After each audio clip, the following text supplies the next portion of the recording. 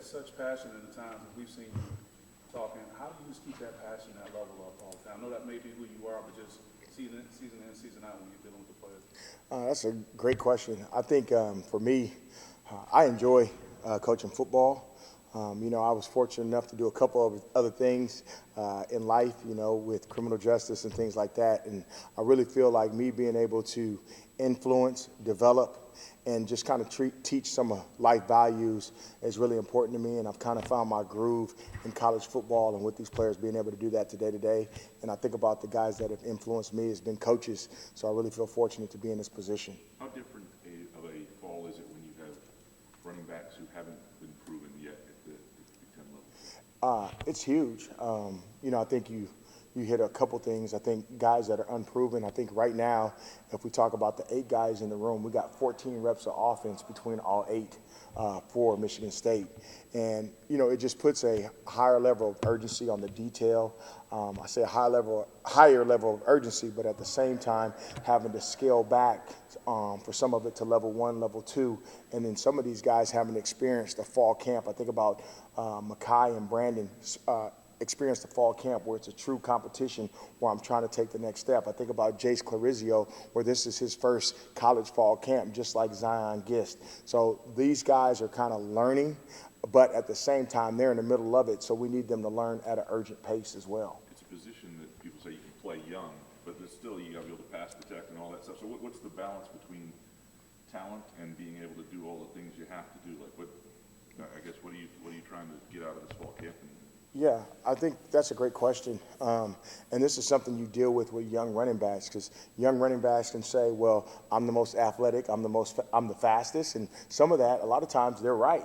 But at the same time, if you're not the best football player or the best running back that we need you to be in all 3 phases of the game, catching the ball, being able to block, and running the ball, it's going to be hard for you to get substantial reps out there. So for these young guys, going back to what you're saying is having them understand what is my process as far as the detail. I think about our running back pre-snap cycle. What's my alignment? What's my assignment? And that changes based if it's in the run game or in the pass game, but they have to go through that process play after play after play and getting them to withstand that kind of discipline and that kind of durability over the course of a practice, but over the course of a practice during the middle of fall camp. How much is that? You mentioned about the young guys, having to kind of bide their time in a lot of ways and learn. How much has that played in across college football to so much movement at that position in the portal? And how do you, stem that and develop your own guys? Yeah. I'm making sure I understand your question. I guess you're saying like what running backs moving from school to school? Yeah. Yeah, I think it's the same process because you think about a veteran guy, I think about Elijah Tautoliver who came here from Sac State, but he came here in the springtime. And it still is going to come down to him being able to be detailed from his alignment to his assignment in the run game and pass game. Now, the thing that you have with an older guy like Elijah, or you think about K-Ron last year, even Nate, was a transfer in here. Those guys have kind of been through fall camp. They've been through position meetings at the college level. So you do expect a little more urgency and a little more understanding of what the process takes for me to get out there on the field. Depending on the situation, some guys leave because they weren't happy where they're at. Some guys are leaving because, it's a better opportunity here at Michigan State if that's the case. So hopefully they come in with eyes wide open and it's a new breath of life of taking care of business. I was wondering about the flip side of that as well. Like you mentioned, guys that it seems like while there's a lot of movement in the Power 5 conferences or Power 4, whatever it is, there's also a lot of guys at that position that are moving up a level, whether it be Oh, okay, I got you. You know what I mean? Like whether it be to try and maximize their exposure to get to the next level. I mean, how much does the late career development of running backs maybe play into some of that movement? Whereas guys get older, all the things that you're talking about. Yeah, I got you. I guess if I'm hearing your question correctly, I guess if you take a guy that is in the FCS, for instance, or the MAC, and you watch them develop, maybe they weren't where they needed to be. when they're coming out of high school, if you're talking about the Big Ten level for Michigan State, and then they develop over the course of their time. That's really old school college football, right? Those are the freshmen you were taking out of high school in the Big Ten, where you had more time to develop and more time to get these guys ready, and you kept them for 3 years. But now we get the opportunity with things like the transfer portal to get those guys. Now you actually have a better product because, they've grown, they've been in weight rooms, they've been in meeting rooms, they've matured, and now the urgency is now we're just getting them in the playbook, almost like the NFL model, where it's not really based on fundamentals and things like that. It's like, can this guy get dialed in, locked into the program, and pick up on the scheme and how you need them to operate? Can you take us through? Yeah. Can you take us through your room a little bit, guy by guy, as to Yeah. where they are and what you're seeing? Yeah. So we got, Chris Williams is a local guy. He's, working to take the next step, continue to show up and work hard. Jax McCaig is a kid, also a local kid, working hard. I think the one thing we've been trying to do is get him more ingrained in special teams and some other things there. Zion Gist is a kid from Illinois, and, he came in as a early enrollee last January.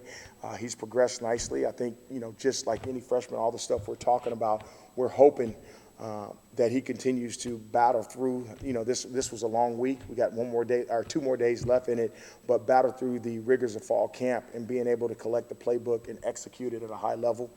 Darren Jones is a kid from Orchard Lake St. Mary's who we've been really pleased with. I think he has the chance, as far as development, to be a really special player.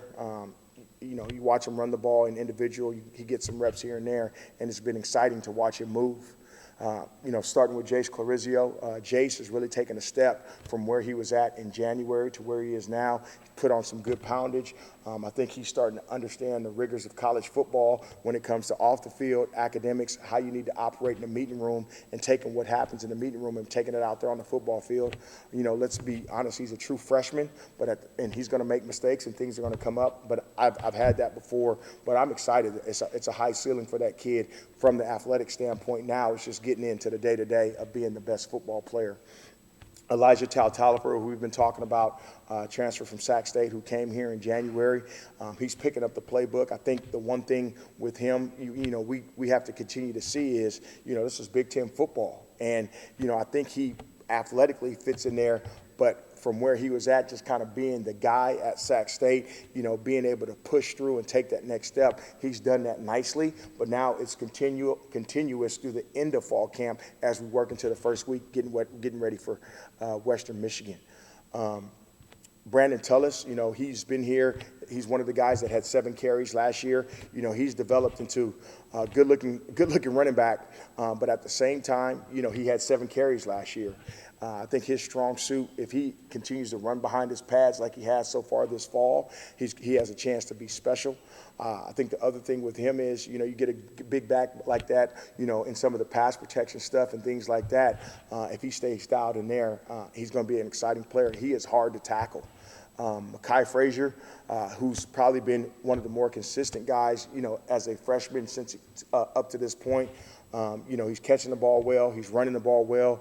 I think, those 3, I'm talking about Brandon, Elijah, and Mekhi, are taking that leadership role in our room, trying to lead those younger guys, trying to kind of push the effort level when we're talking about individuals staying locked in the evening time when we do those walkthroughs.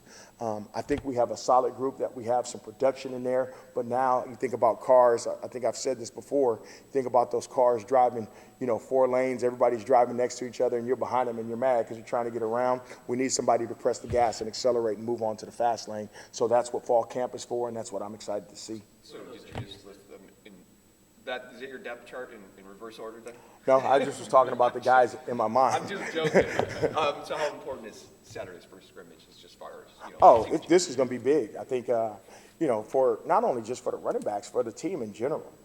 We get a chance to go out there and, we've had a period where we were able to kind of get tackled and get hit. But you talk about the course of a scrimmage and you think about where the room is at, who's going to be able to break through the tackles when, is it the tight end or somebody up front misses a block? Who's going to be the guy that is on his track, picking up protection? Who's going to catch the ball when we need you to catch that ball on third down in a scrimmage setting? Because this is going to be the closest we're going to get these next two scrimmages to the game day, getting ready for the season. So this is huge, and that's why this week was so big for me, and seeing, 6 days of, I wish it would have been a little bit hotter, but 6 days of practice and big install still, because next week we'll still be installing, but it won't be as big. But who can collect that going into this first scrimmage and be able to operate at a high level? Are you noticing a higher level I'll come back to you, sorry. of trust with the O-line and sort of vice versa? And just how's that group doing? There's been a lot of talk about the O-line sort of needing to take a step and being in tandem with you guys. Do you notice your guys having a closer relationship or more trust, I guess, there with what they're seeing and whatnot? Yeah, I think it goes up and down because, it's trust from the running backs, and then it's trust from the O-line that the running backs are going to do what they need to do as well. And it's that thing about working together in pass protection. Are we getting the calls? Are the running backs understanding the calls? Obviously, that's my job to make sure they're locked in there. I think the cohesion between the offense, if you're talking about that group of O-line and running backs, is still kind of getting itself in order. Do I feel like we're at a place where we got production out of the O-line room and the running back room? Yes, I think we still have a ways to go, but that's fall camp. I wanted to ask you about, when you talk about hitting the accelerator with 5 cars on the highway, what are the things that guys can do to sort of hit the gas? And what's going to differentiate them in this battle? I think the main thing is, everybody wants to say perfect execution. I think we want to have consistent execution. And the guy that can consistently execute in the phases that we look at, first of all, running the ball, and then protection, those are the guys that are going to, really take that step. The thing that I feel that in my mind, and probably I'm stubborn about it too, takes a big step back for me is when guys make mistakes on things that, in my mind, are pretty easy. Because that means that's just a lack of focus in my book. And that's what we need over the course of a season, over the course of a competition. You got to be able to focus. And when you're in this running back competition, your consistency is based on how deliberately you can stay focused day after day. And it doesn't start when we hit the practice field. It starts when you come into that meeting room, to the walkthrough, to the practice field. And that's really what I'm looking at, that consistent execution over the course of fall camp. It kind of sounds like you have so many young guys, redshirt freshmen, that are going to be in this sort of competition, this battle. It kind of sounds like you need them to be mature beyond their years. And I'm curious how that sort of develops. You talk about consistency, you talk about not making mistakes. Yeah, I think the biggest thing is being, and I use this word hard, but having a standard in your room. Because the standard can't be, well, I know you're young and you got to still figure it out. No, this is what we need done. And if you can't get it done right now, let's get the next guy in to see if he can get it done consistently. And just the understanding of the urgency we have as an offense, the urgency we have as a team, for the Michigan State faithful, Spartan Nation, to make sure we need you to go out there and prepare and act like you're ready to play football at this level.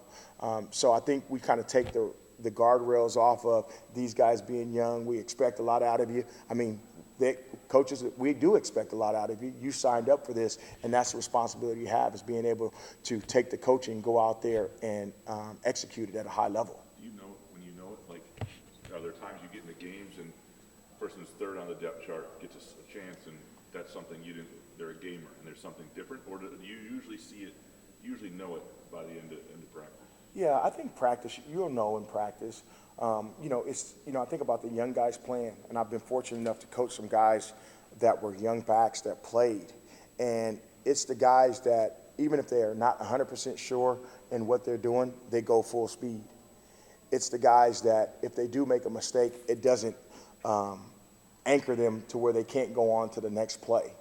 And then it's the guys that still aren't afraid to ask questions, even though it's something from install 1 or install 2, because they're so interested in scratching that itch of getting it right and being able to go out there and execute that competitor mindset where, yeah, I might take a couple licks, but I'm still able to stand up and execute the next play. And those guys, they have a moxie about them, day after day. Do you have a guy with a moxie? No, not yet. Good question. I'm sorry? Yes, for sure. Yes. You know, we are going to be a multi-back system. We are going to be a system that, you know, we want to make sure we get a couple guys, you know, reps, because we're not trying to grind one guy into the ground. We're trying to wear defenses out in the second half. We're trying to keep these guys healthy. We're trying to hold on to the ball. We're trying to be explosive, be efficient, protect the quarterback. So we're going to need a couple guys to go out there and play. All those things in the portal era that you want out of a running back, have you found it easier to multiply from the ground up with guys coming into your system fresh out of high school versus the transfers coming in? And is there a, like, what's the balance, I guess, between developing your own guy and a transfer guy? I think the balance, I think, you know, obviously molding your own clay is always good, you know, if it's the right clay.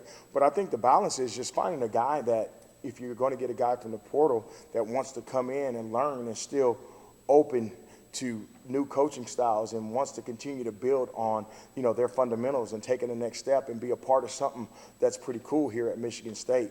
When you say the balance between them, I think that's on us from a recruiting standpoint and a personnel department to pick the guys that are the best fit, because you can get a kid out of high school, and if he's not into any of those things I just talked about, it's going to be a bad match anyway. You probably could have got another running back out of the portal after spring football. What gave you the confidence with the guys that you had that you were going to get what you needed this year? You know, just watching those guys go through spring ball, even with what we're seeing, needing somebody to kind of take the next step. But watching those guys go through spring ball, I do really feel like we have talent in this room. And what you don't want to continue to do, and especially in this portal era, is continue to push down your talent and basically skip in line, because you're not really developing. And then you end up into the cycle where you constantly have to go to the portal, because now, I mean, in today's day and age, let's be honest, if a guy feels like, well, if I'm always just going to get skipped in front of, why would I stay here at Michigan State? But there's two sides to it, and I think seeing what we saw out of spring ball, I felt comfortable that if we just continue to push these guys, they will take the next step. And I believe that's where we're at right now. Let's kick up punt return looking for you right now. It's going good. I mean, overall, between me and Coach Wilt, the special teams, I think the one thing we do have coming out of last year is it's the second year. They're hearing the same voices. You know, a lot of the techniques, the scheme that we're talking about, the guys understand, especially when I'm talking about our drills and skill work to help take the next step to get to the scheme. So it's going to be good. Got a couple guys who feel like have that necessary sort of juice, though, and skill set that I think so. I think so. As of right now, I feel pretty good. But obviously, we'll have a better idea once we kind of get going with the season. Curious about Bryson, too, the freshman. When Yeah. he came in, there was sort of talk about maybe doing a little hybrid stuff. Yeah, yeah. With you at all, or I mean, as far as with us, he's kind of just been hanging out, paying attention, but he's been mostly with the receiver room, just kind of making sure we get his feet in the ground there. So that's where he's been. Okay, cool. Thank you, guys. All right, have a good day. You too.